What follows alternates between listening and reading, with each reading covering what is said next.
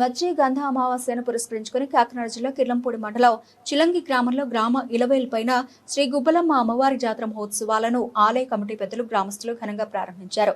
ఈ వేడుకలను పురస్కరించుకుని అమ్మవారికి గ్రామానికి చెందిన సూరత్ సత్యనారాయణ అదేవిధంగా కీర్తిశేషులు సూరత్ పాండురంగ దంపతులు వెండి ఖడ్గాన్ని బహూకరించారు.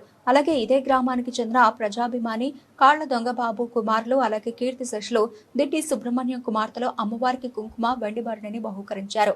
ఈ వేడుకలను తిలకించేందుకు గ్రామ మహిళలు 108 మంది నీళ్ల బిందెలతో గ్రామ పురవీధిలో ఊరేగించి అమ్మవారికి జలాభిషేకాన్ని నిర్వహించడంతో పాటు దాతలు కాళ్ల వెంకటేష్ ని దిడ్డి చిట్టిబాబుని ఘనంగా సత్కరించారు.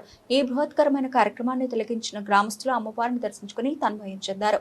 ఈ కార్యక్రమంలో గ్రామ పెద్దలు కాళ్ల వెంకటేష్, దిడ్డి సూరిబాబు, సంగన వెంకటేశ్వరరావు, దిడ్డి మురళీకృష్ణ, పొలమేరు చిన్ని, దిడ్డి మాధకృష్ణ, అలాగే రాపేటి పెద్ద, పొలమేరు వెంకటరమణ, సూరిశెట్టి సత్యబాబు, శరకణం బాబ్జీ, కాళ్ల తాతయ్యలు తదితర గ్రామస్తులు పాల్గొన్నారు.